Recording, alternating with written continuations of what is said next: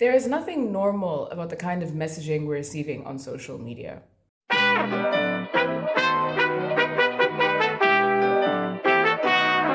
Welcome to my video essay on social media and Gen Zs and technology. So at the end of the week, my smartphone tells me how much time I spent on it each day. And I never fail to be shocked and horrified by the tally. 6 hours, 7 hours? I mean, really? What was I doing for all that time? It's a kind of fog, and I sometimes wonder what life would look like if I just got rid of my phone. Well, actually, you can. In October of 2020, a group of teenagers from Brooklyn, New York gained traction for their unorthodox decision to divest from the technological world and social media. Dubbed the Luddite Teen Club, these teenagers pose a crucial yet existential question on what cell phones and all of its extensions do for Gen Z's notion of reality. One of the teenagers in the Luddite Club, Lola, comments that she started using her brain once she switched from a smartphone to a flip phone. Another, V de la Cruz, stated, "You post something on social media, you don't get enough likes, then you don't feel good about yourself. That shouldn't have to happen to anyone." Lola and V's testimonies are not unusual in the Gen Z landscape of tech web trauma. Technology has made my generation less apt to life without it, and social media is notorious for reducing our confidence and our idea of everyday. Since the rise of social media, there has been a peak in issues related to mental health, body image, notions of success, and contentment with one's own life. However, these issues are not created solely by the use of social media. It's crucial to consider the role of social culture in media culture. I do acknowledge that media and social culture are capable of influencing one another, but I believe that social culture has a larger impact between the two, which begs the question, will eradicating cell phones and social media cure Gen Zs of the self-deprecating feelings we currently face as a generation? Flawless skin, perfect lips, beautiful, sparkling eyes. Faces look a little different on social media. Beauty filters and edited images have taken over Instagram, TikTok, YouTube, and just about everywhere else on the internet.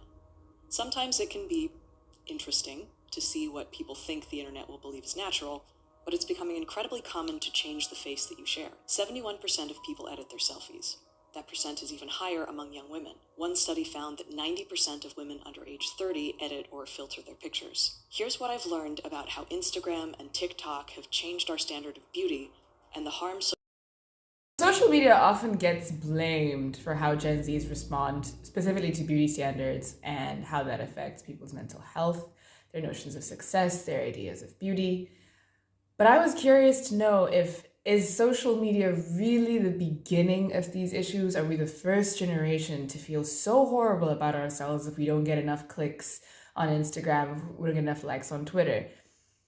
Or has this been an issue with other generations as well? Now, since I started thinking about has this affected other people, that led me to do a little time travel, back in time, back in history, and analyze society at large, and not just technology and social media specifically, because all they are essentially are just machines, but there are people behind them, which is us, society, each and every single one of us, every individual. And what kind of cultural perceptions and ideas are we taking from everyday human life and applying onto digital platforms? And how is that then affecting the generation that is born and raised in a technological era? Everyone knows that regardless of all her other achievements, she is a failure if she is not beautiful. In any given society, cultural messages about beauty standards are transmitted with which women then aspire to. According to Sutton, the criterion of beauty for women has changed from the youthful, cosmeticized, slimmed urban to the highly sexualized, wrinkle-free, and anorexic woman. So to help contextualize what I was saying earlier about the influence of society on media culture, we're going to read some excerpts from my research paper because it is a phenomenal research paper.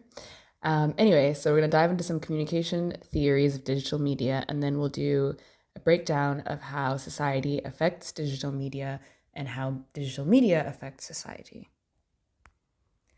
Cultural analyst Lev Manovich says that since new media is created on computers, distributed via computers, stored and archived on computers, the logic of a computer can be expected to have significant influence on the traditional cultural logic of media.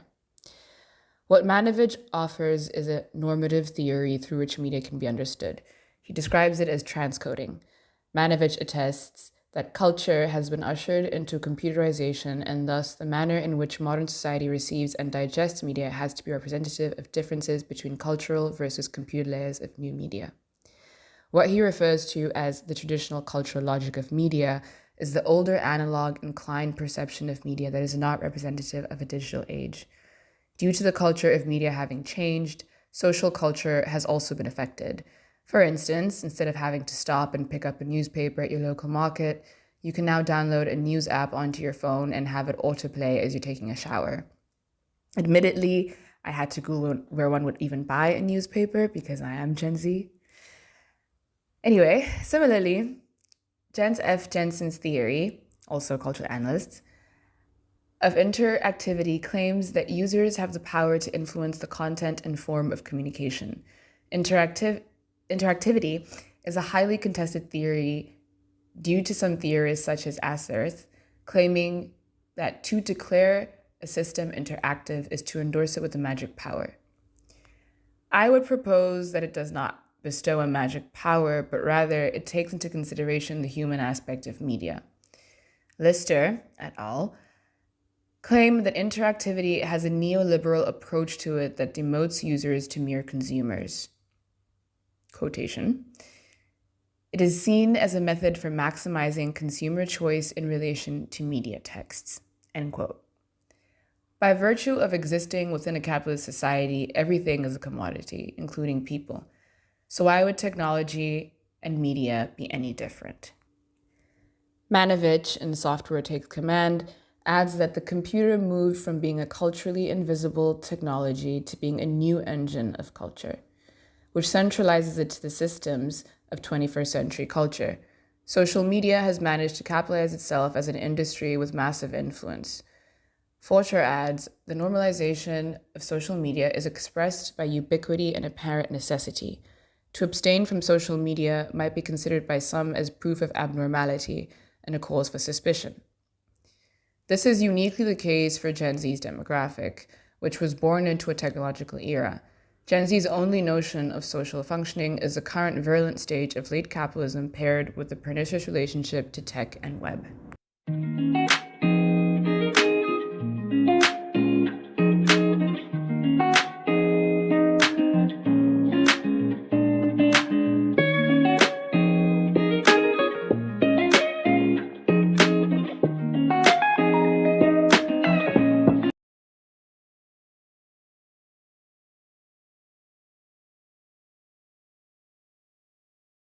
I did not change location, I just changed lighting.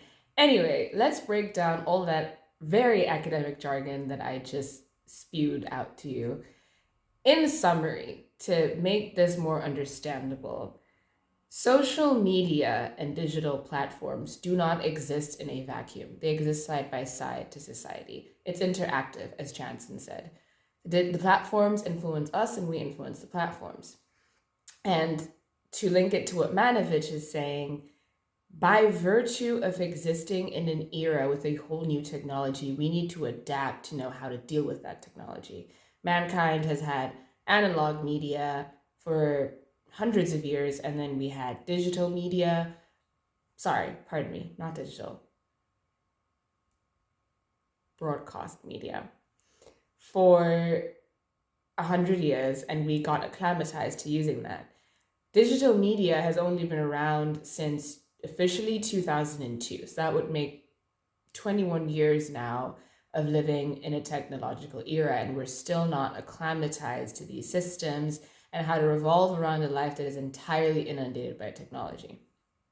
Further, by virtue of us not knowing how we're interacting with it, we're taking each and every single aspect of social culture and applying it to digital culture, which isn't necessarily wrong, but it explains what we're seeing on social platforms because of how quick it is to access them as opposed to analog and broadcast media. On your cell phone, you can open Instagram or YouTube or WhatsApp or TikTok or anything, and you're immediately flooded with images that you really would not be privy to and you don't really want to see them, which in the era of analog and broadcast media, you would be able to turn off the television. If you were not looking at it, you wouldn't see certain images. Or you could turn off the radio, or you could not pick up that newspaper or that book. But we need cell phones. We don't have a choice but to use them.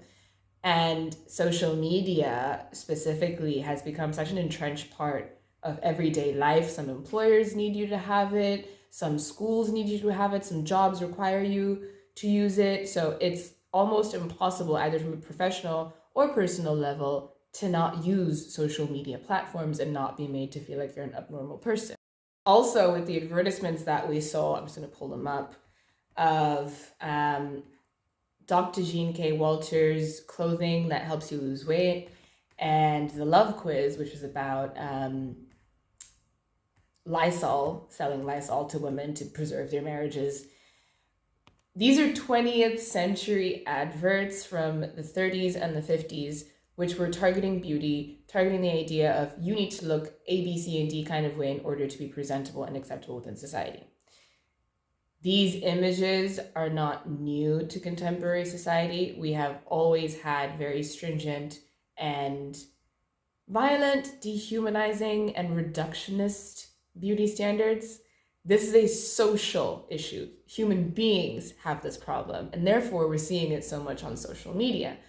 Of course, advertising and capitalism benefits a lot from people that have insecurities. Therefore, we feel like we're seeing so much more of this. But if you look at the 80s or the 90s or the 50s, these adverts are not new. People that are struggling with mental health because of beauty standards is not new. The feeling of inadequacy because of a certain presentation of perfect and ideal in media is also not new. So in conclusion, thank you for watching my video essay. In conclusion, genuinely, I realized that eradicating cell phones won't necessarily cure Gen Zs of the issues that we face. It might alleviate them because you wouldn't have it so quick and easy and so readily available. But the issue is not with the digital platforms. They're merely machines. The issue is with human beings and how we have no sense of regulation. We don't know what belongs where and what doesn't belong where. And we're still acclimatizing to a whole new technology. We're only 2 decades in. We're not sure yet how to interact with digital platforms and social media in a manner that is productive, but also enjoyable. I think we're aiming a lot to use these platforms as productive in a way that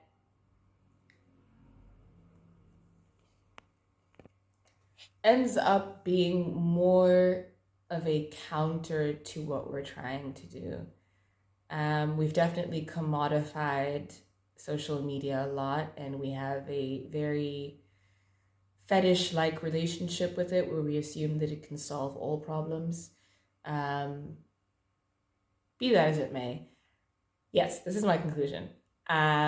Social media, as much as it can be a very toxic place, the root of all evil truly is human beings. We are the toxic place. And I think that the discussion about social media and different generations and digital culture has to be expanded also from not just a conversation within the communications field of study, but this has to go over to psychology, to sociology, to cultural studies, because it affects all of those things. It's a far more complex issue than one research paper can solve. Although my research paper does do a very good job, thank you.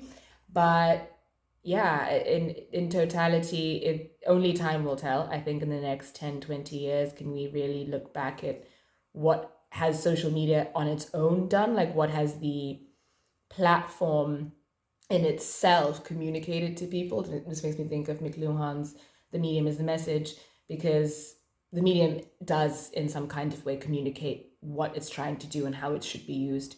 But we have not yet figured that out as people. So we're still in these murky waters and in this situation now with the rise of very young, gullible people not thinking they're perfect because they saw a picture of someone that is 4 sizes slimmer than them, and they keep seeing those pictures circulated over and over and over.